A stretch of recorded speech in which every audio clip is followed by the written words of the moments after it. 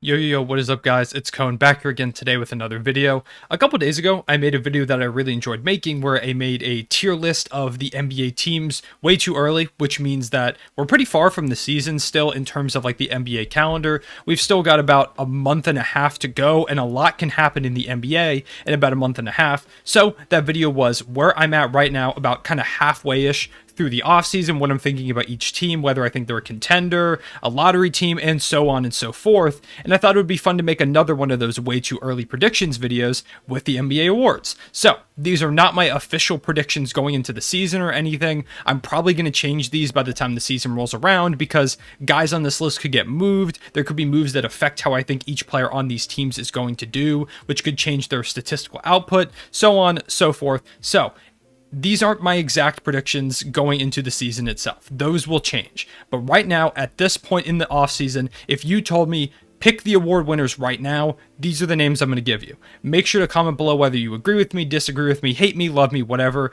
Make sure you leave a like on the video and subscribe. And at the same time, kind of let me know who your picks right now are for in the comment section below. And also let me know how the setup looks. I just moved back into college, and so videos I know are coming out a little bit slower than they typically do. I'm also working on a couple bigger videos that I want to work on, so if you're wondering why those are kind of slow, that's why. Also, let me know how the setup looks because I'm working with the lighting, trying to figure things out. So if it looks dumb, if it looks good, make sure to let me know.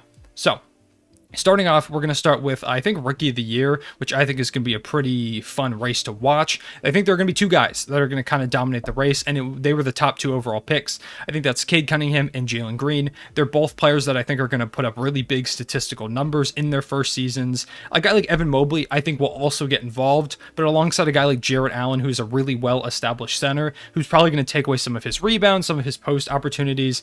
I think it's going to kind of hinder his numbers a little bit and prevent him from having as big of an impact on a Cavs team that also has Darius Garland, Colin Sexton, two very solid players that are going to help him. They're going to give him some production, but at the same time take away some scoring maybe. So I think Mobley is just on too much of a good team at this point.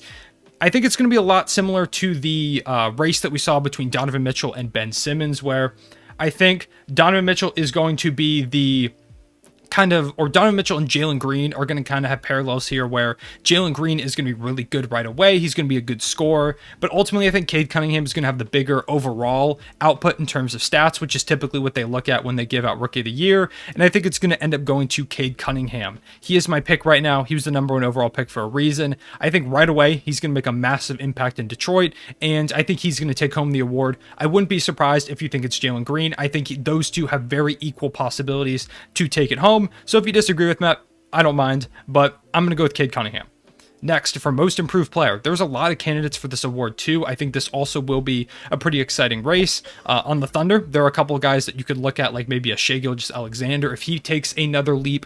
The problem is, I think a lot of players on the Thunder are going to get better this season. For example, Pokusevski, who won't win the award because they don't give it to second-year players. Lou Dort could get a lot better, and Darius Bazley is a guy that I think people need to look out for because he's been putting in a lot of work, and it feels like this could be his breakout season. So ultimately, I think there's just too many guys on the Thunder at this point that I think are just going to improve over the course of the year that kind of takes away from each other trying to win the award. So I don't think it'll be someone on the Thunder, although I do think Bazley has a good opportunity.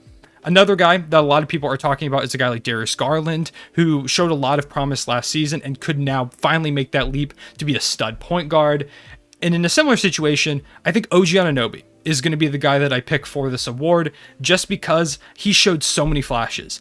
Not only last season, but over the course of his career. And now that Kyle Lowry is gone, that opens up opportunity for someone to come in and kind of step up and be a better scorer, maybe facilitate a little bit more. He's already a great defender, and I think OG Anunoby has the potential to really make his name known in this league over the course of this season.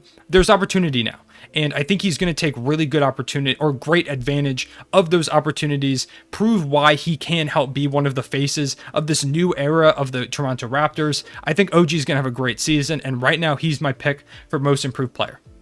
Next up, we'll go six man of the year. I think this one's going to be Dennis Schroeder. I think he's going to remind people how good he is as a bench piece. I think he does come off the bench for the Boston Celtics behind Marcus Smart and Josh Richardson at the guard positions. I just think Schroeder works better as a six man, going in, kind of leading that bench unit, being their primary scorer, primary ball handler.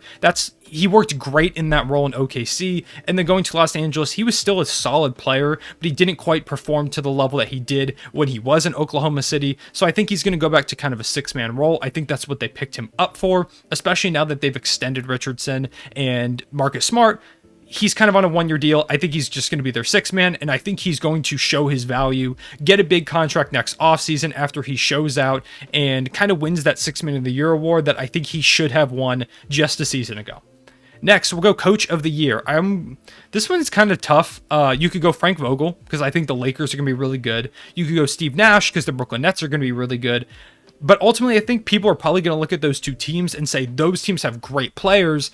I don't think they should necessarily win coach of the year. Whereas there's another guy that I think is going to have a pretty good team, and they do have great players, but they're not quite as stacked as those two rosters. And I think that's the Miami Heat, and I think Eric Spoelstra is going to end up taking home the coach of the year award. I think the Heat are going to be a top 3 or 4 seed in the Eastern Conference, kind of like a New York Knicks type state where even with the New York Knicks, they're just a little bit better than them. And they really are going to be, I think, fighting for a top 4 seed, like anywhere from 1 through 4 for all season long. They're tough defensively. They have better players now on the offensive side of the ball. With Kyle Lowry, I think Bam Adebayo is going to be a better offensive player this year. And I think this Heat team is going to stun a lot of people. And ultimately, I think that ends up to Eric Spoelstra winning the award for the 2021-2022 NBA season. Next, we'll move on to Defensive Player of the Year, and there are a few options we could go here. It could be the reigning Defensive Player of the Year, Rudy Gobert, who is a dominant paint presence. It could be Giannis Antetokounmpo, who I feel like a lot of people forgot about in the award races because he had been so dominant over the last couple of seasons. But now that he's won a Finals MVP and is a year removed from being the MVP and Defensive Player of the Year, I think voters will kind of start to consider him a little bit more again for those awards. It could even be a guy like Draymond Green, who got a lot of love this past season for his returned defensive play, playing a full season again. And ultimately, if the Warriors are a better team, a great defensive team, and they do end up being the top 4 seed in the Western Conference like I think they're going to be, Draymond could make an argument for that spot. But I think the guy I'm going to go with is Ben Simmons. Ben Simmons got a lot of love over the course of this season for his defensive play.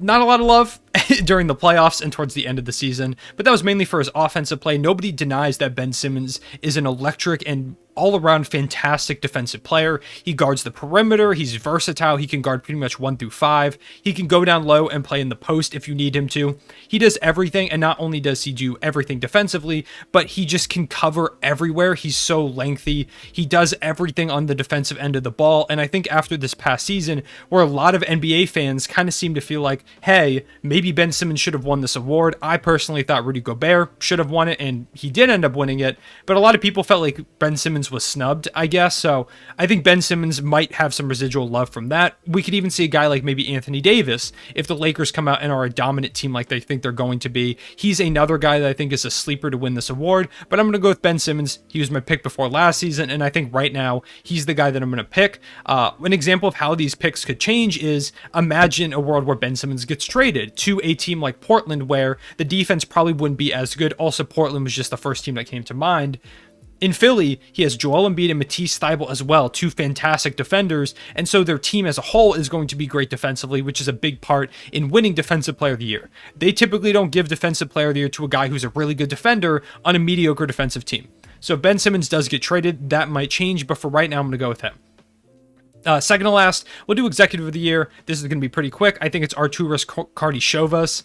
Shout out to my guy Ross, Arturas Kardashiovas fan club on YouTube and Twitter. Go check him out if you haven't. Great Bulls fan. If you're a Bulls fan, you've got to watch his content. But the moves that he's made have been incredible. I think it's probably going to be between him and Frank Vogel with the Russell Westbrook trade. But I would give it to Kardashiovas just because he turned the Bulls back into a free agent destination and brought them from kind of a mediocre team to what I think is going to be a really, really good team. With the Lakers, they think they always were pretty good. They just went through a lot of injuries last year, and while bringing in Russell Westbrook is no easy feat, nor is bringing in a lot of really solid free agents to complement the pieces that you have. But ultimately, I think the way that Karnisovas has turned the Bulls from kind of like a mediocre team to a free agent destination and a really solid roster should go recognized. And if the Bulls play to the level that I think they will, I think he ultimately will win Executive of the Year. Finally, we get to the biggest award, the one that people talk about most, the one that's going to dominate, I think, a lot of conversations this season, and that's the MVP award. Last season, there was a big debate about it because Nikola Jokic, people were saying, oh, he shouldn't have won it. Oh, Jokic is the worst MVP ever. He wouldn't have won it if everyone else was healthy, etc., etc. So we're going to start by talking about him. Nikola Jokic could win MVP again. I don't think he will. That's not just because I don't think people will vote for him, but I don't know if the Nuggets are going to be a high enough seed without Jamal Murray for him to get that consideration. He might get more stats because Jamal Murray is gone, but ultimately I think their team success might not quite be up to the level that it needs to be for them to win, and I think that will hinder his case, alongside the fact that voter fatigue does exist even after just one season, so I don't think Jokic is going to be in the running again. Luka Doncic was a super popular name last season.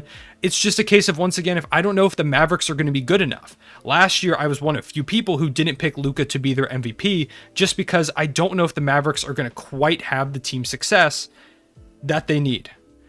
So now we look at like guys on the Lakers or guys on the Nets. LeBron James or Anthony Davis are two guys that could win MVP. LeBron was in the conversation for the first half of the season before he ended up getting hurt. Anthony Davis got hurt. The Lakers fell down the standings and he just missed a lot of time. I don't think LeBron's going to be in the conversation again because I think Russell Westbrook takes away some of that playmaking that really helped his case a lot and really improved his stats. I think LeBron's going to be really good, but I think last year was his chance to win another MVP, and I don't see it happening again just because his team is really stacked alongside the Brooklyn Nets.